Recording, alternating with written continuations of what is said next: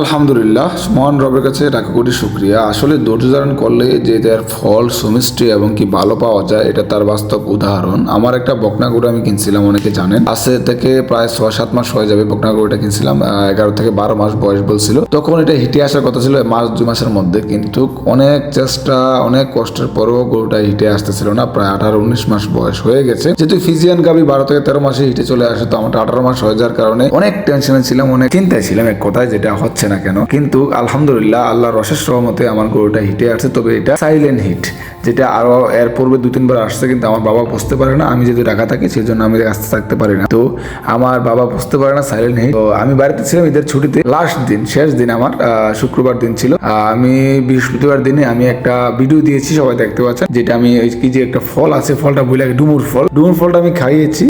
আলহামদুলিল্লাহ এর পরের দিনই আমার গরুটা হিটে আসছে। তো আমি বুঝতে পারি না, বাবা বুঝে না, আমি বুঝি না, আমি গরু করে যাই না। দেন আমি গরুটাকে খাবার দিতে যাচ্ছিলাম, তখন দেখি যে গরু একটু পায়খানা করে গরু ঘরটা নোংরা হয়ে গেছে। তো আমি গরু ঘরটাকে পরিষ্কার করার জন্য গরু ঘরে যাই। গরু ঘরে যাওয়ার পর দেখি নিচে মল পড়ে আছে। গরুটা খুবই ফালাফালি করতেছিল, কোন ডাকাডাকি করতেছে, মানে একটা অবাক করার দৃশ্য। গরুটা আসলে যতবার সেটা আসছে ডাকাডাকি করে নাই, জাস্ট ফালাফালি করছে। আমি দেখি যে মল পড়ে আসছে, মানে মিউকাস পড়ে আছে এটা বলে। তো মিউকাস ওর ইয়াত নাই, রাস্তায় নাই, কিন্তু মিউকাস আছে এটা ওর লেজে লেগে আছে, গাঢ় একদম লেগে আছে। তো আমি এটা মাকে ডাক দিলাম, ডাক দিয়ে দেখলাম যে না, এটা হিটে আসছে, সাইলেন্ট হিট, মেবি গতকাল রাতে আসছিল।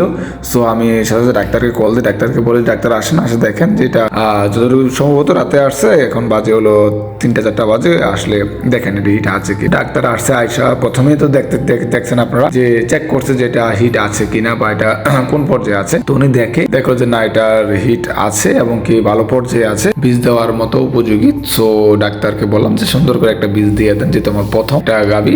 আপনাকে বললাম যেহেতু আমার এটা 85% প্লাস আছে আমার বকনাটা। সো আমি এটা বললাম 75% দেওয়ার জন্য, কিন্তু ওনার বললো 75% আমার কাছে বীজ নাই। এর পূর্বে উনি বীজ দিয়ে গেছে 75% আমার কাছে বীজ থাকি 100%, আর 86 বা 87% আছে।